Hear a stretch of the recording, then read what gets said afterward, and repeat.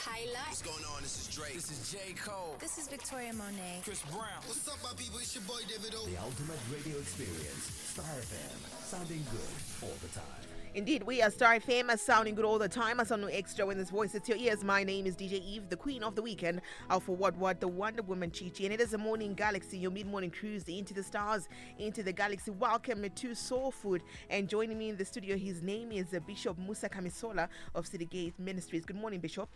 DJ Eve, how are you doing? Hey, ndoko nangokuisa pa drop rangu mukana mamida so DJ Eve. Ndikatochimanya.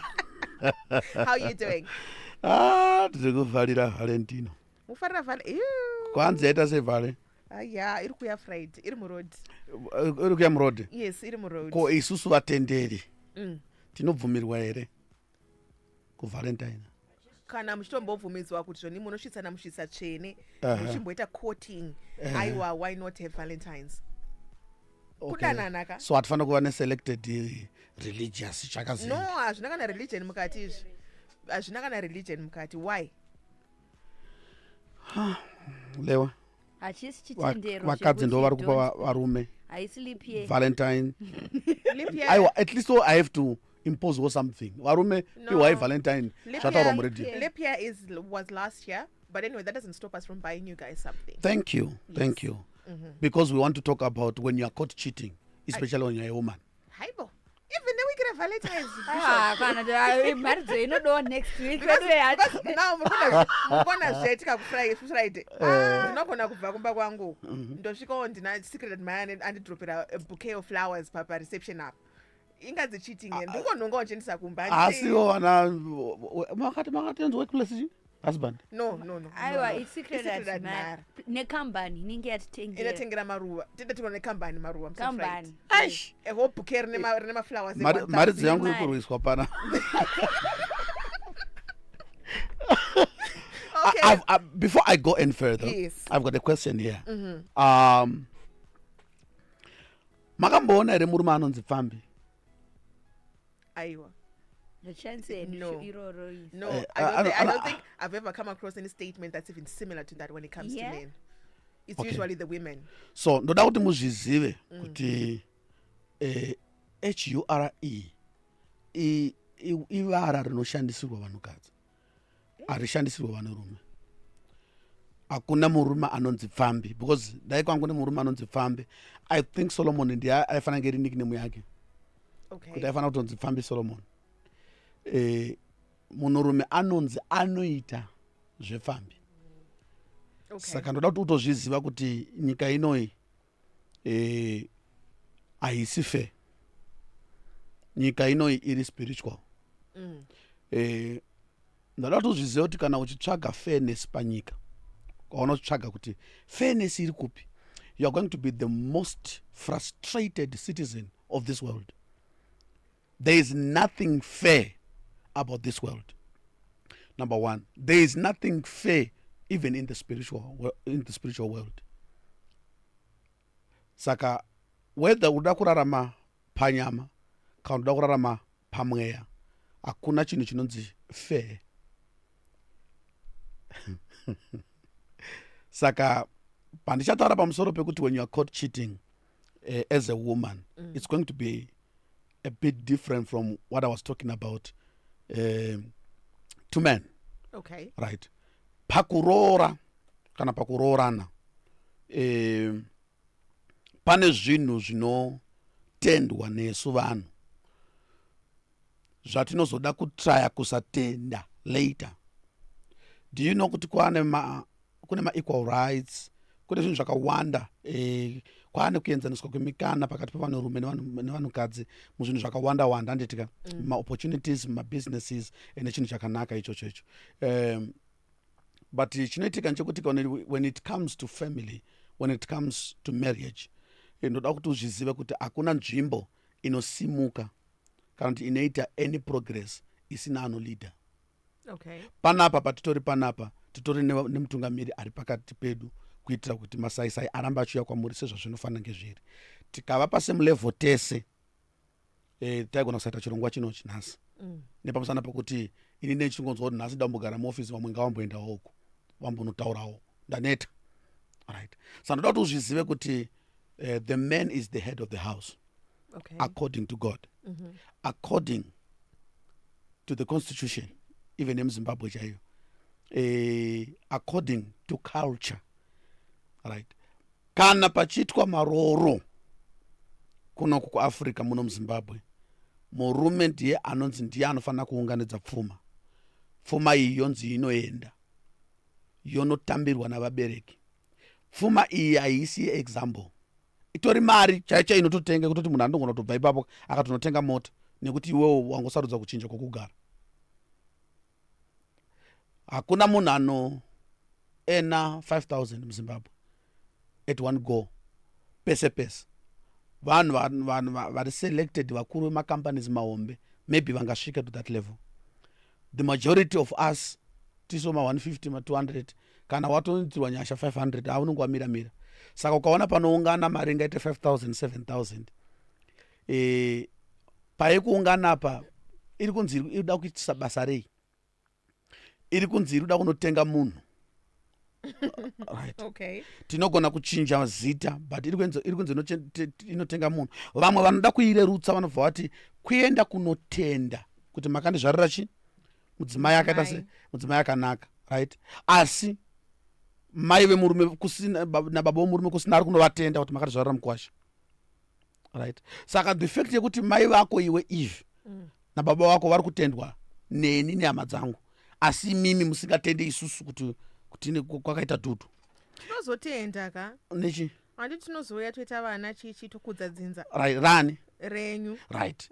Thank you so much. Saka vanozotenda wozokudza dzinza redu, which means mwana achitozvarwa anenge achitonzi ndewangu but akatakurwa naEve. Yes. Which means tiri kuwirirana kuti vana ndeve murume. Right. Sa uri kuona here kutosiyana kwakaita zvinhu ipapo.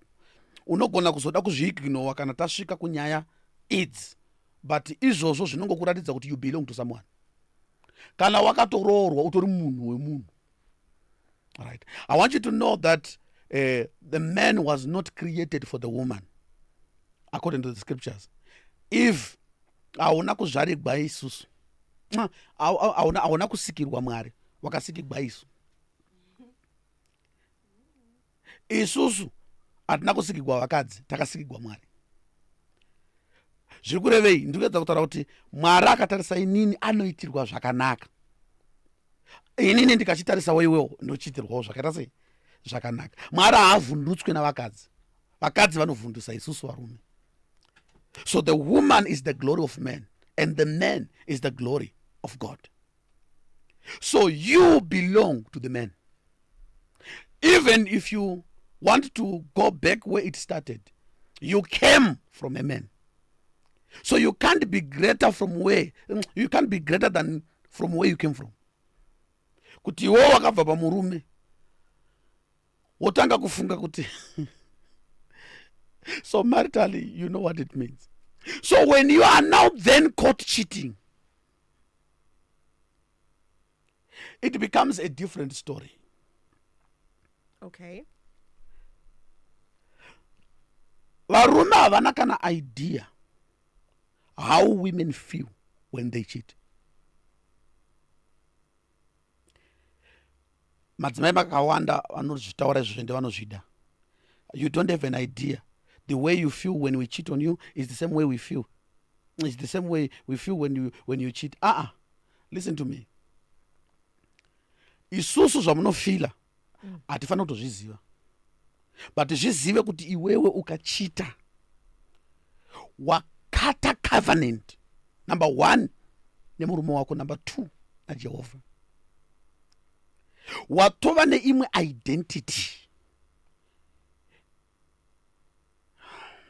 Munhu uyu paange ainewe ane zvaadhiposita mauri.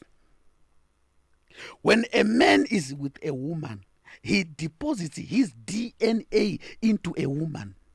That's why what comes out of a woman later on is considered to be the man's. So I want you to know that whenever there is a sexual relationship between a man and a woman, it is actually a woman who is receiving something Okay. from the man. Yes. So when a man comes and enters you, it means he has left his personality in you. So DNA yako inotanga kutochinja yane mumwe ari mauri asisiri munhu afananga arimo. Saka, you have got a foreign man that you have brought into our house. Things are no longer the same. Okay. Zvandikutaura izvo zvinoitisika nharo pasocial media, zvinoitisika nharo paradio, but hazvisike nharo mupracticality. Okay, now I've got a question, Bishop. Yes, deposition is made. Yeah. My depositor, I depositor. Now this one is carrying another DNA. But does this also apply to men? Not with the deposition part of it. Koti, yes, you've cheated with somebody else. You didn't even that cheater. Yes, now I'm carrying another DNA. But you as a man, you go around cheating with different people. Yes. Doesn't that taint you somehow also? It taints you so much. Nothing taints like sexual immorality. It does. Okay. But now the difference is what the difference between a man and a woman, the woo part. Yes, because the woman is on the receiving end. She carries a womb. Yes.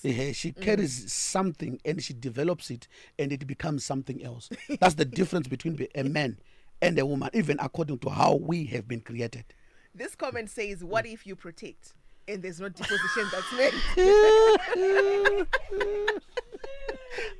I'm starting to confuse the man in me. What? My defender, my yeah. Okay, even if you protect, Yes. you have received something because you have been created as a receiver. Okay. So you are just a receiver. Okay. Okay. I think this is the reason why certain pregnancies have been rejected. Why someone claims good, I protected, but how protective was the protection? Okay. Okay. So now let me take it further. Iwewe, all right, I may cheat and it, and then I bring my son or my daughter to you, right? You are not happy, you are this, but then somehow it's accepted that mwana ngagare neso, right? Ngatiti you've done mwana anachi? Yes. Mwana anachitema. Then you cheat and you become pregnant from the cheating of the cheatwi. Yes. And then you bring your son or your daughter kuti agare neso. Right. Uchaona not even iwewe ungatoda kuedza kuti mwana yeye anzi nde wangu pane kuti uye newako tichengetewo sekuchengeta kwangachita wedu. Right. Even hama dzako dzinokudza kuti mwanangu usadaro. Shamwari dzako dzinokudza kuti wangu. Chandukadza kutaura nchekuti these are things that are practically wrong. Okay. No one accepts them. But when we are having a debate, we are like, iwe even unogona kutongodza wangu, iwe ndochunza wako, zvikuita ngezviri kutaurika. It's just for the sake of talking. But can we actually do that practically? It doesn't apply. Right. So what I'm saying is when you are now caught cheating, when you are now caught cheating as a woman, Yes. I have an advice for you. Okay. The first thing that happens is, especially kana makazvara mese vana, you need to apologize. Okay. Right. Don't explain anything or don't give reasons why you have been cheating unless you have been asked to give reasons. I don't say first you'll be like, what happened? Exactly. When you do that, don't apologize to stay. Apologize to make peace. And then walk away. I beseech you by the mercies of God, walk away. But what if I still want to be with you? You always want to be with the person. It was a moment of weakness. Yes, and but I want you to understand and accept that things are no longer the same. And they can never be the same again. Okay. Many men may want to stay with you. Not because they love you, but because they hate you. Okay. Their hatred will not allow you to go. Why? They feel when you go, or if you go, the person you've cheated with, unozoguma wanae. By keeping you, mostly it's not out of love. It's ego. It's by making sure that no one else has you. Many men, when they do that, now you are in their house, they hate you, but at the same time, their ego cannot allow you also to go. End result, somehow, vanoguma vakupfudza. It's rather, I don't see you, but and at the same time, no one should be with you. Vazhinji vanorega kuti vanoti usaende, vazhinji vacho, number one is either akajiswa kana kuti ane zvaari kuronga kanti ari kunzwa kuti azviite kuti ndimuregedza achienda kunova nevamwe, but kwete nekuti anokuda. Madzimai ariko futi akadaro, but vamwe vacho vanokasika kubatsirika dhani varume. Murume achiitwa nemukadzi wake, mukanzi imi michiendai munotaura naye munomubatsira kuti chi chinoti kana mapedza kumubatsira mungabve ipapo makagutsikana kuti atabatsira mweya waJehovha. Izvezvi marriage inofanira kunge yaraiti. Unenge wataura mazwi ekuti chi shingamoyo ndo zvinoita vakadzi ida watoona matambe yako unoti chi exactly, kana kuti whatever that you're going to say then will also become an insult and salt to the wound. Right. Saka zvandiri kutaura zvinizvi zvinoita kunge zvisiri fair, but for your own safety and for your own life, I'm telling you, walk away. Because as long as you don't walk away, uchaona kuti nyaya idzodzo dzinopopa apo nepapo. Whenever you are having a good time, anogona kutochinja, akutoda kutokubvunza. Arinani pandiri nemuyo ndiani, chakazodii zvikazofamba sei. So you're saying emotionally it will destroy you. Let's say I apologize and I decide to walk away. Yes. If he says, listen, Eve, I understand you cheated, but I don't want you to go. We can work through this. Let's go for counseling or whatever. Then what happens? Do I still walk away? Do not. You may try to give it a chance, but don't do it muri two. Okay. Usavige nyaya yenyu pamachitana muri two, maonana muri two, ovatingati work at this out ramba. And unobuda pachena. Tsvagai mufundisi wenyu. Tsvagai vanhu vanoremekedzwa. Tell them this is what has happened. And then you get the help that you need. So that munowana the help that is needed. So that unobatsirwawo kumuona kuti ari in the right state of mind, and does he really mean it kuti he wants to be with you. Okay. Because mukazvita mega unogona kufa slowly. There's one of our listeners panapa akatozondibata zvakadai izvi zvakaitika ndikamuudza kuti for your own safety walk away, apologize because mune vana munozoda kuwirirana nekudididi. Akarega kuita walk away, vakakumbirana regerero. Akazondifonera after 3 months abuda muhospital. Pese paiuya chikafu, the husband would put some substance aida kumuuraya slowly. Kusvikira maid azotaura kuti dedi wada kukuuraya so ndopa akazonoita maoperation nechi ndokuzoita walk away kwaakaita. I hope we'll continue. I'm not sure. Thank you. Right, I've got a number of messages here saying Bishop, is it possible to get in touch with him? Bishop, how can people get in touch with you? +263 773 115 025 773 115 025. Thank you. Right, and Facebook and other social media platforms? Facebook, yakanzi DRBMC for Dr. BMC. Same with our YouTube channel. And then TikTok, Bishop Musa Case, and X, Bishop Musa Case. And then Instagram, Brian Musa Case. Thank you.